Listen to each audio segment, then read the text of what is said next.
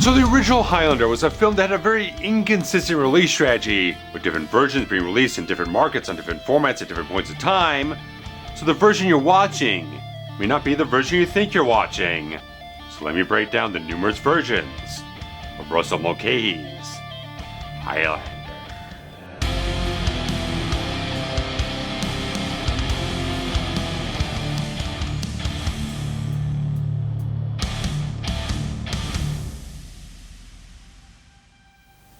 So 1986's Highlander was a film that really didn't become a financial success at the worldwide box office, grossing only $12.8 million off of a $19 million budget.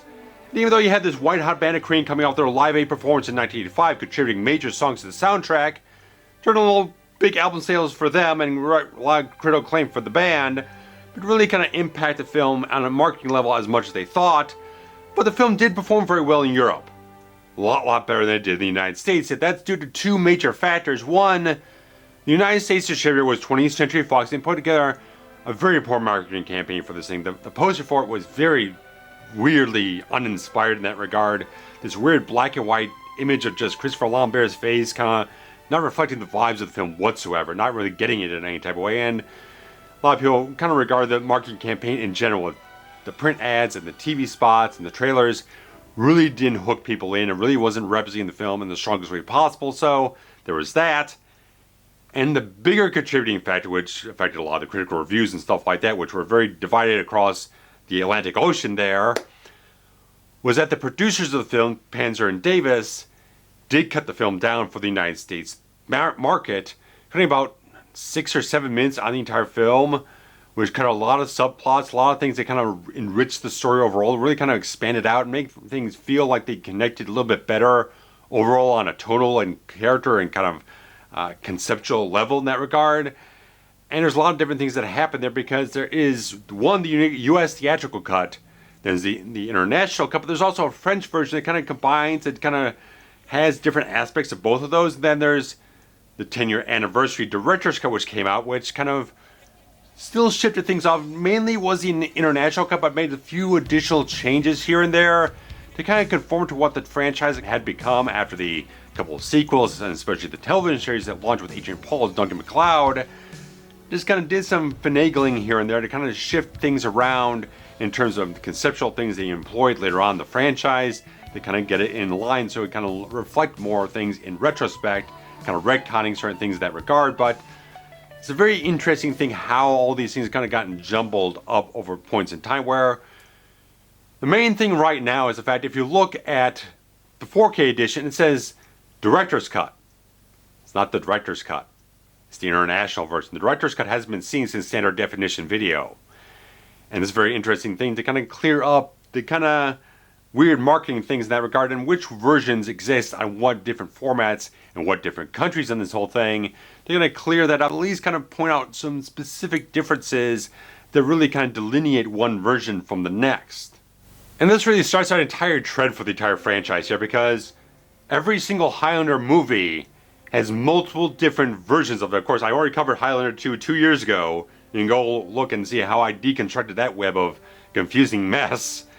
But Highlander 3 has like a US PG-13 cut, there's an international version, there's a director's version, there's maybe another version on the top of that.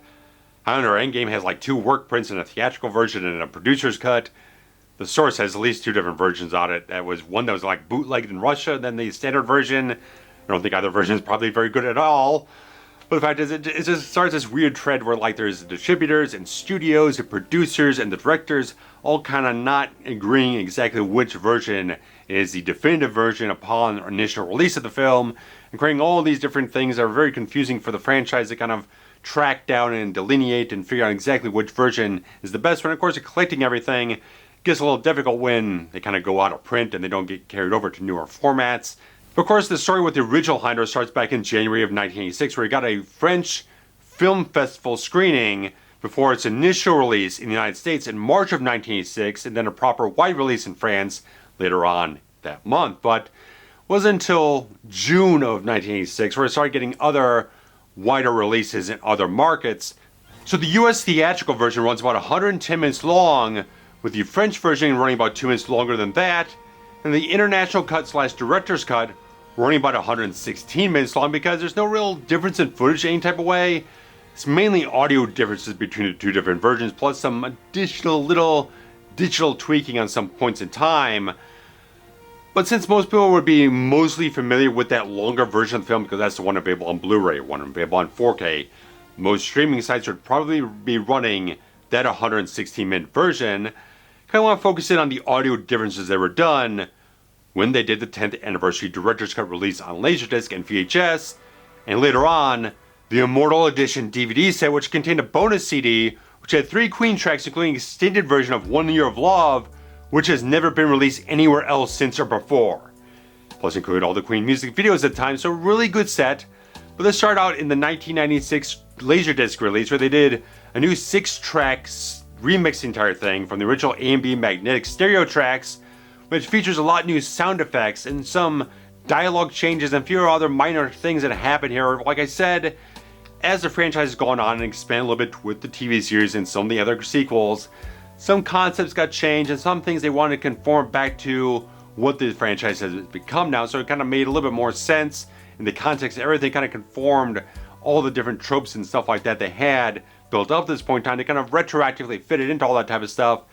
Now, one of the change concepts introduced by the TV series is the idea of the buzz. It's the entire sensation a mortal gets when they're in proximity of another immortal here, and that's added into this new sound mix for the director's cut version. Every time you've got like McCloud and Facile, or you got Ramirez sensing the Kurgan coming near, or various other things in the film where it's not entirely consistent, like when McCloud meets up with Castigar, there's nothing there, or like with the zoo sequence later on, McCloud doesn't feel the Kurgan until the very end of the scene, where he kind of, in the original version of the film, before they added the entire concept into, it's just kind of like Connor kind of feeling the presence of something else behind him at the tail end of the sequence, where, as you would normally implement through the rest of the series and stuff like that, you probably would have felt it very early on and so on and so forth. But here's the other thing, they're trying to implement it as a retcon type of thing to kind of conform it to certain things where the franchise is now, so it kind of meshes up with a certain language they've kind of implemented at this point in time. So it doesn't entirely fit in that regard, but there's certain other things like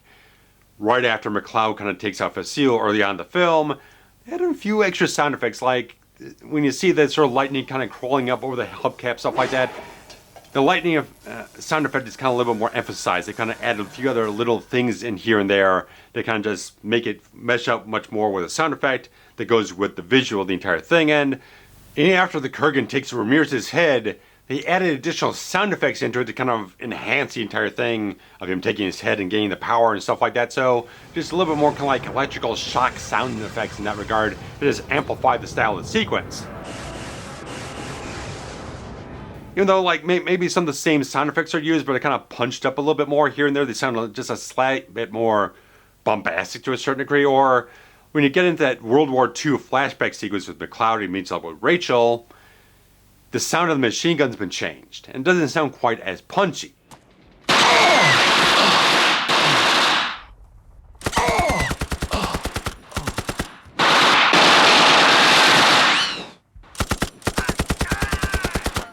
Now, whether that's a similar situation where they had when they changed the mix on the Terminator, it was like, okay, the original sound effect didn't really match up with the actual gun and the stuff like that used in the original sequence, but you switch it out for something that doesn't sound as sonically impactful. I don't know if that's exactly the thing going on in this sequence where they're kind of like, okay, found a much more accurate sound effect to the actual gun in a certain way, and they kind of used it and swiped it out. I don't know why. There's not really a comment on that regard, but they definitely changed that sound effect to a lesser impact in the sequence there. So certain things are kind of like, they kind of amplify some things, kind of make it a little bit more just verbose to a certain degree, give it a little more punch overall. So it might be a much more punchy soundtrack to a certain degree, but there's certainly a lot of dialogue pieces kind of excised or certain things a little bit changed here and there. When you have a lot of things in terms of like how the idea of what the quickening was at the beginning of the franchise to what it kind of changed over to towards the TV series, because the original idea for the quickening, kind of the definition of quickening before the Highlander stuff took it over, was kind of like the first signs of life a baby shows when they're in the womb. And that was kind of be the thing when Ramirez first meets up with Connor, he says, "The sensation you're feeling is the quickening." And it's not the entire transfer of power when you take someone's head off. That's sort of the sensation. That's kind of like the original version of the buzz to a certain degree. this sort of link between immortals, that you feel this major sensation, this electrical fire you have go over yourself. That was the original idea for the quickening. So in the director's cut, they didn't excise that line, but the fact is, when they're doing the training montage and they have the thing where Conor Ramirez kind of leap off this cliff, Richie Ramirez said, McLeod! This is the quickening! Yeah! Yes! Kind of this feeling that they're having inside of themselves, and the thing that they kind of connects them to, like the animal they have out on the entire beach and stuff like that on the shoreline. That sort of connection to different living things, the static and everything like that. That was supposed to be the idea for the quickening, and they kind of continued off into Highlander 2, but still kind of remained a little bit lesser defined overall, and so it kind of got changed over when people kind of misconstrued what the concept was, and it just became the transfer of power when you took someone's head off and stuff like that. So completely changed that way. So they kind of like excised certain dialogue in that regard to kind of like, okay, we changed the concept over time, so we kind of move it away from where it is now when you're doing the director's cut in '96.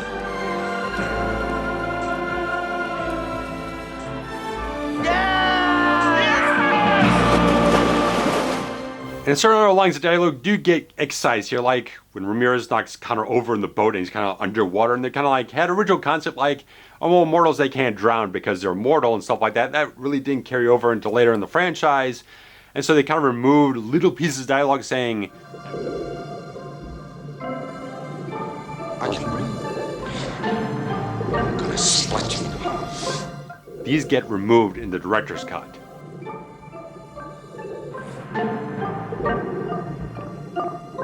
And they only changed music in the director's cut is that after the police interrogation scene with McLeod, you get the introduction to the Kurgan in modern day.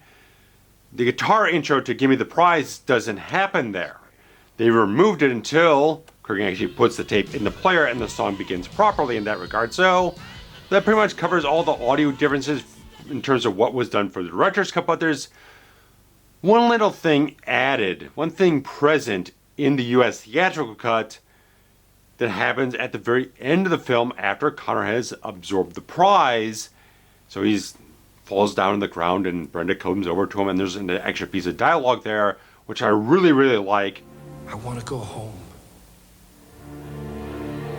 I think that's a really, really good piece of work that I don't know why they didn't just leave it in there. I thought that's a really nice extra beat there. Just a nice extra piece of character to kind of signal where this next scene is going towards, back to Scotland.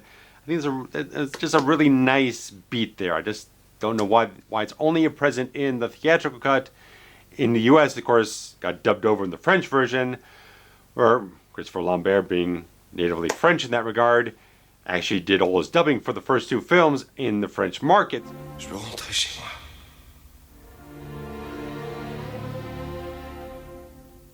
But it just got completely removed for the international version and the director's cut, stuff like that. So, something very interesting in that regard. I think it was a nice, sweet little point there that just got lost in the later versions. Of course, you're also wondering, what is that 6 minutes worth of footage that got chopped out to make the US theatrical version? Now, it's not all excised stuff. There is some additional footage in the theatrical version from the United States that doesn't get carried over into the international or director's cuts, but kind of starts out very early on is the fact that when Conor's at the arena watching the wrestling match, in the US theatrical version and the French version, there's no flashbacks. It's just the wrestling and cutting back to Conor in the crowd. None of the flashbacks are present until after the Facile fight, when you get the full tilt up and stuff like that into 16th century Scotland. And the fact that all Facile's backflips in the fight are removed for the theatrical versions in the United States and France. And that's kind of an arbitrary thing. Again, it seemed like there's certain things that are cut just to bring the runtime down for some reason. They felt like they just wanted to compact it more, so they cut certain things out that they just felt like they could just previously remove the whole thing, which is not entirely justifiable in some places. But the fact is, after that, when you get that tilt up, that fantastic transition from Russell Mulcahy there, the point in that scene where we get introduced to Conor's woman, Kate, and she gives out the flower, and they're having a little bit of a hug and embrace, and there's some additional dialogue from Angus and Dougal, that's actually removed completely from the US and French versions of the film. And there's a whole thing after Conor gets resurrected, he comes back to life, and they kind of start lynching him and stuff like that. There's certain things where they cut out all the headbutt stuff, which was kind of a weird type of thing, because usually that happens with the UK stuff until recently. They had some guy on the censor board who was all finicky about headbutts and stuff like that, so they would remove those, but it seemed like they got removed for the US version instead of the international stuff, so weird things in that regard. And usually all this stuff that gets cut out, it's pretty well done. It's not like weird jarring cuts and stuff like that, like they just hacked the thing to pieces. They specifically did stuff to kind of still make things function. They just kind of removed some extraneous parts that they felt like the film could live without. Of course, a lot of people aren't very much critical about that whole thing. When you get up to the Kurgan-Ramirez fight, where they're fighting in the tower and stuff like that, and you eventually get the entire thing where right before he gets the head cut off of Ramirez, you got parts of the tower kind of collapse underneath them, and they just, for some reason, maybe they felt like the shot looked a little less than great in terms of like the effects or the backdrop with the set and stuff like that. Just kind of cut some arbitrary shots of the thing collapsing and stuff like that. So, weird types of things. And there's certain other things like later on when, after the Castigar fight with Kurgan, and they got the guy with the machine gun, he's the survivalist type of guy from Nam. There's a certain point where they cut out a certain part where he's got him impaled on the sword and kind of flings him here and there. Just a few minor little cuts where they felt like a little gratuitous to certain degrees about violence. I don't know anything like that.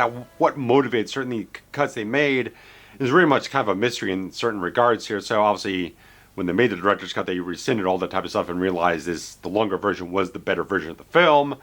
But it's kind of interesting to go back and watch the whole thing and see like what does still function, what stuff doesn't quite function, and what really doesn't work whatsoever, removing certain scenes. One thing that absolutely doesn't work cutting out of the film is the fact that the US version never got the World War II sequence flashback to understand the history between Connor and Rachel. And Russell Mulcahy was very much against this. Like, I don't know why you would cut this scene. This scene is essential to understanding what these two characters are about. So, like, if you cut that scene out, the entire thing is like, you don't understand the emotional context of the relationship, where it stems from. So, seeing that whole thing where you see Connor in World War II and he goes off and saves this orphaned Rachel in a certain way and finds out pretty much immediately that he's kind of immortal, and they kind of live through these next like 40 years or whatnot, and there's this certain thing where he's like a father to her. And then there's kind of a switching dynamic where she almost becomes more motherly by the time we're in present day. So that's such a fascinating type of thing to even incorporate into the idea of this immortal character, where she starts out young, grows up and stuff like that, and then she gains a certain wisdom that she can impart upon Connor, seeing him from an objective point of view and stuff like that, what he's kind of removed himself from, certain things that he's kind of distanced himself from, loving people, engaging with people, and kind of growing those attachments. I love that quality, and if you cut that World War II sequence out, you kind of lose everything about that entire character. The legs get completely cut out of the substance of what you want to know about Rachel in a certain way, so she just becomes kind of a lesser character overall, removing that from the whole thing. So the French version does include that sequence, but does not include the sequence later on where Connor and Brenda are at the zoo. So it's weird that the fact that the US theatrical and the French versions are very close together, but the fact that the French version includes the World War II sequence, but still excises the zoo sequence. But one scene that two of them do have in common, they're not included in the director's cut or the international cut, is a little stakeout scene from Detective Bedso, portrayed by John Polito here, where he's just in his car and he's trying to pop some Tylenol or something else like that to deal with a headache he had from a cut scene of the nightclub scene between Connor, Castigar, and Bedso that we don't have any footage for because it all got destroyed in a fire. But apparently that was supposed to be like a cap-off scene to that. But the fact is, the theatrical cut in the United States and France both have that scene where he's trying to spill in coffee on himself and stuff like that. So they have that, but the other versions do not.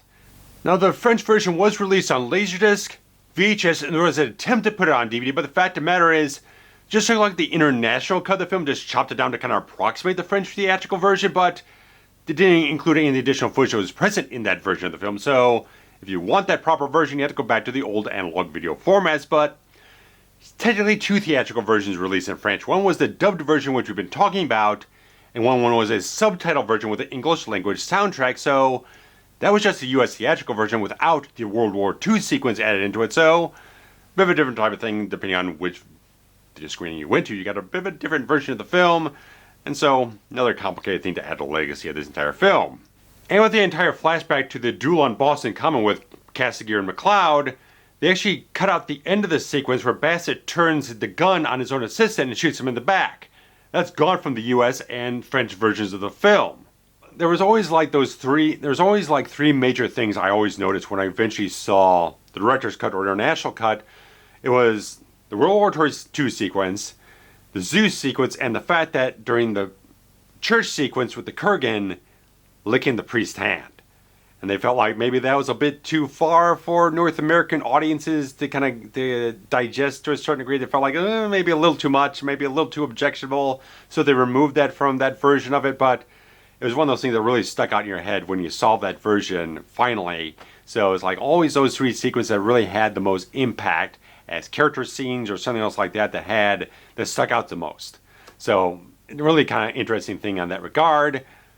Moving into kind of this goodbye scene, this kind of parting scene between Rachel and Connor, is that they in the director's cut, international cut, they maintained a certain line of dialogue. That's our final line off to Connor when he's going in the elevator and he's going down and you're getting that kind of lowering shot on Rachel there, and she says, "Goodbye, Russell Nash." They cut that from the theatrical cuts in the United States and France. It's not there whatsoever. So it's really weird type of things. They're, again, arbitrary type of things. Of course, when you count the World War II sequence for the U.S., it minimizes her character so much. It really just makes things less pertinent for her character. So why not chop more stuff out of it, I guess. But really is such a pertinent moment there. Just seeing that relationship close off in the entire film. And just the U.S. version just tears it to shreds. But the whole thing moves on from there where you get that final confrontation between Connor McLeod and the Kurgan there, and the U.S. theatrical cuts out a little piece of the fight and the whole thing. It's still seamlessly edited together. You don't even notice it if you're not even aware of it, but the whole thing where in the international director's cut, the fact is the entire roof gets flooded, and then the Kurgan kind of spins around and then kind of submerges himself underwater, kind of get the jump attack on Connor there. So that's not present in the shorter version of the film, so they kind of seamlessly cut around that whole thing until they fall down into the building there. And there's some interesting things to kind of talk about because it's very strange. We don't have any explanation for why this is a difference in visual effects here. Because when you're comparing side by side the US theatrical and the French version against the longer version of the entire film, the visual effects don't exactly match up. They've changed some of the visual effects. They've rotoscoped into the sequence here. When the prize has been won and all the stuff is swirling around and there's all these electrical boats going around, the US theatrical French version has a much more pronounced version of it. Plus additional lightning strikes and stuff like that. And of course, there's also one shot where kind of like the film stock kind of reverses a certain way to kind of show up this thing where Brenda kind of gets knocked back. It kind of shows a little lightning bolt or something else like that. It's just more stuff going on. Why this was done. Of course, obviously, the US theatrical version gets released first. But then all the other territories get the much longer version of the film later on. So something happened on the US North American side, of course, slightly over to the French side because those were the territories that got released in first. And then they made changes to it or reverted to something else later to the longer version of the film that got released afterwards. So it's a very weird type of thing because the shorter version of the film, it looks like there's like a higher exposure rate on the whole thing. It just looks brighter, bolder to a certain degree. The rotoscoping lines look thicker to a certain degree. So it's a very odd type of thing, seeing things side by side in comparison in that regard. It's just like, I don't know why this happened. I mean, again, it's a nice kind of preference type of thing. If you want something that's a little bit more punchy and elaborate and type of things, kind of goes further in the whole thing, go for the shorter version of the film in that regard to see that sequence. But further thing is, in the director's version, the something they actually did enhancement on was they took everything from the international cut of the film, but they painted out all the wires holding Christopher Lambert up to the ceiling for the entire thing, because on all the other versions, you can definitely see those little thin wires reflecting off the entire sequence. Now, of course, even on 4K, it's completely unmissable in that regard. So they've never gone back in and adjusted that because it all comes down to that kind of George Lucas syndrome type of thing, going in and making changes, getting people upset that you've made any kind of little alterations to certain degrees. A lot of people just want it pure, back to the original version, don't go tinkering with it. But, I mean, again, it's not a preferential thing. When I've seen the progression of this film, I've been very impressed how this film has kind of transferred from different formats, getting up to higher definition stuff. Because I never thought the film would look all that great in higher definition formats. Because there's always a little bit of a grungy sort of quality to certain shots of the film. Always showed a little rough edges here and there, but the film has resolved very well in high definition and ultra high definition. So, very much good thing on Studio Canal doing these proper remasters of the film and doing a very good justice on that regard. Now, of course, for the French version, because they went a little extra further on certain things in terms of like the credits, they actually redid all the opening and closing credits in French. And when you compare the different versions where the end credits are all different fonts, they're all different arrangements of credits, and all different kind of like syncing to certain things here and there. So each one has done a different thing from the US theatrical to the French to the more extended version of the entire film. Just going in and doing more elaborate things for some reason whatsoever, but nice thing for France to kind of go the extra mile to translate for the native language and stuff like that. So, but interestingly, for the French version, since a lot of things are all dubbed over and everything, the opening narration from Ramirez, the text doesn't come up on screen. They did not redo that, so they just made it a black screen with a French dub of Ramirez's voice. So those are all the ones kind of released commercially, so you can find the original US theatrical cut on the earliest VHS, then they released it on Laserdisc in 87, 91, and a sort of said to be remastered version in 93, which is the one I have. Even though the picture quality is not that great, it's kind of murky and kind of high in the contrast. It's not great. Very hard to see things on the whole thing, but you find a VHS with the exact same cover art with Ramirez on the front and Connor on the hilltop there. I don't think the VHS did the exact same version. It might be the longer version of the film, because I was looking on eBay trying to find whether I get the VHS or the Laserdisc to get the US theatrical cut.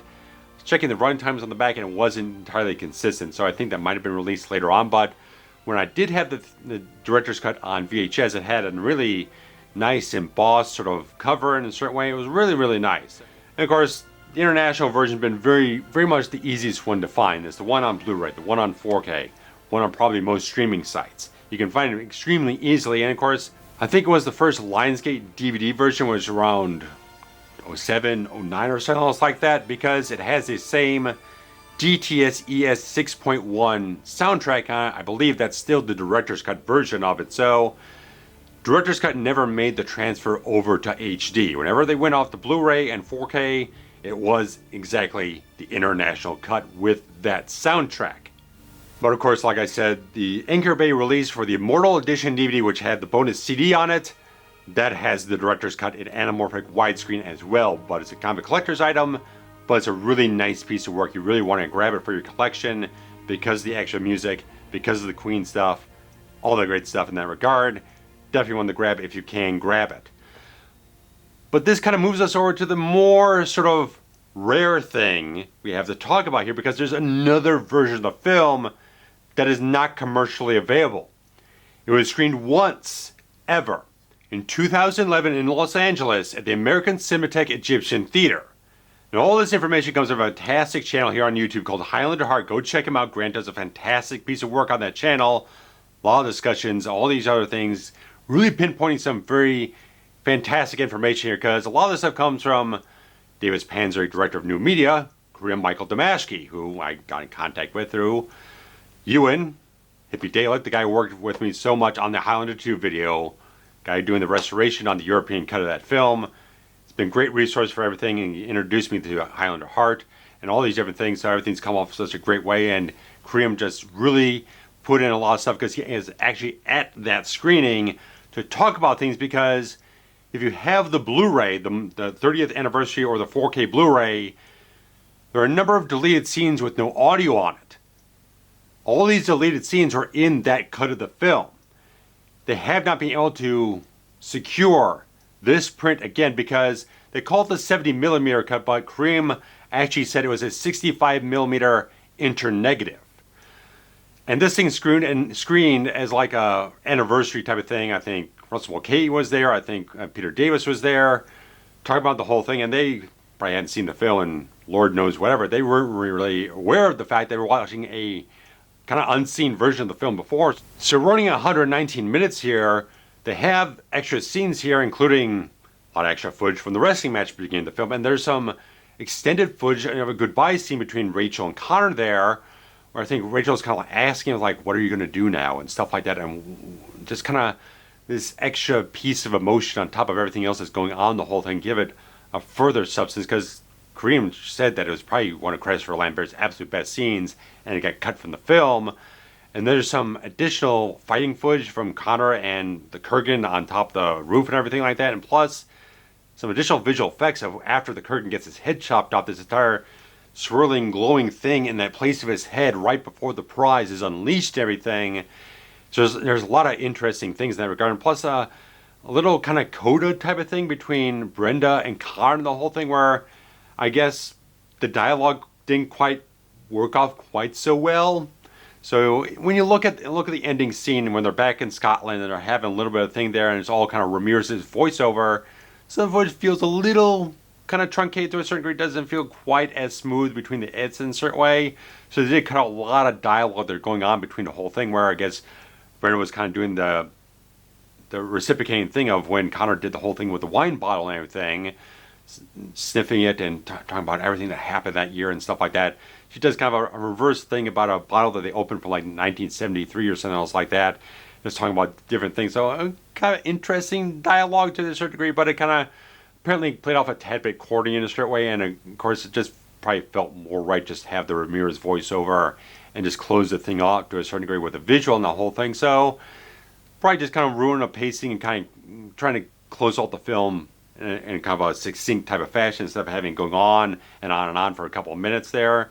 You know, thing that we just haven't seen. We just seen the footage. We don't have the audio tracks, the whole thing. So maybe later on down the line, maybe another anniversary hit off and they do a much more expansive box set type of thing to have the different versions or something else like that, or more recovered footage to a certain degree and stuff like that. But it's an interesting thing because there's all the different things about all the deleted scenes that got cut, because I don't know exactly when the fire happened that destroyed all the footage, whether it was beforehand or after the fact or something else like that. But it's all of the words and all the stuff going on about all the stuff that got cut. We only got a few production stills here and there to kind of tell the story of it.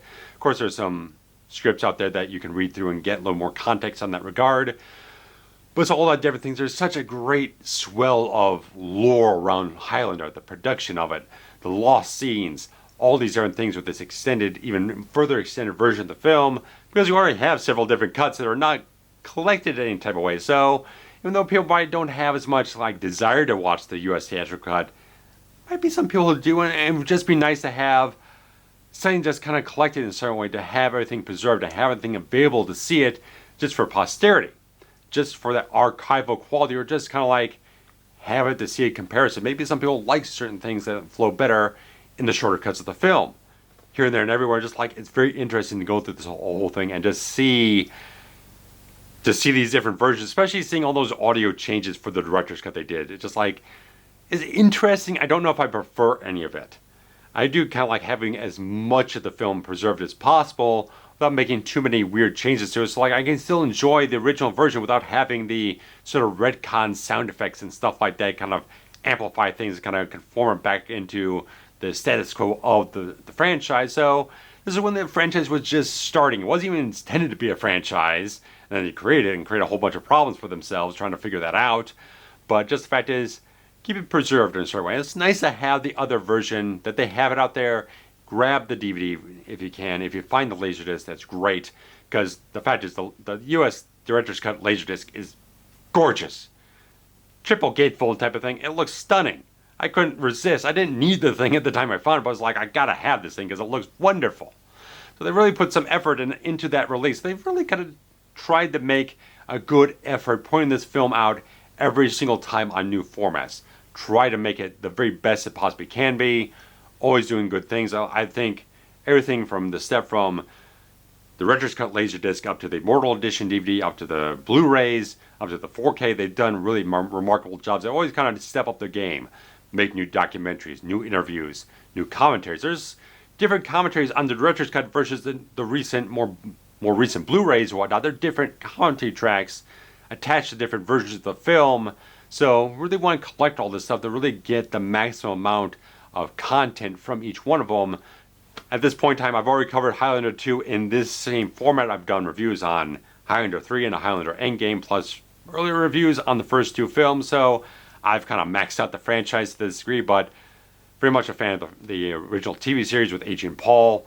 Still waiting on when that Blu-ray set's going to come out. That did sort of not like a go back to the original negative scans or anything like that, but they've been doing kind of an upscale restoration on the entire series, going out from the original master tapes up to Blu-ray 1080p or something like that.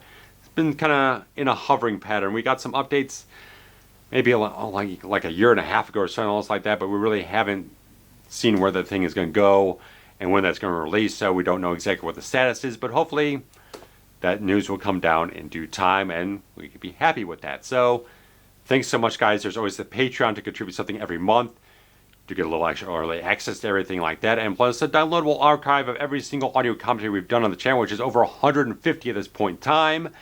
And plus there's always a super thanks feature. You can contribute any amount of money you want to any video that you find exceptionally entertaining or informative or anything else like that. It goes directly through YouTube, anything else like that. So you guys get the comments, the likes, the subscribes, share links around. That does help so much to expand the channel, still maintain things on a great level, so we can continue producing great things, so get something back from you guys and give it out every so often right to you, and hope you enjoy everything. So guys, if you enjoyed this video, like, subscribe, and all this other stuff. Thanks much. Take care. Bye-bye.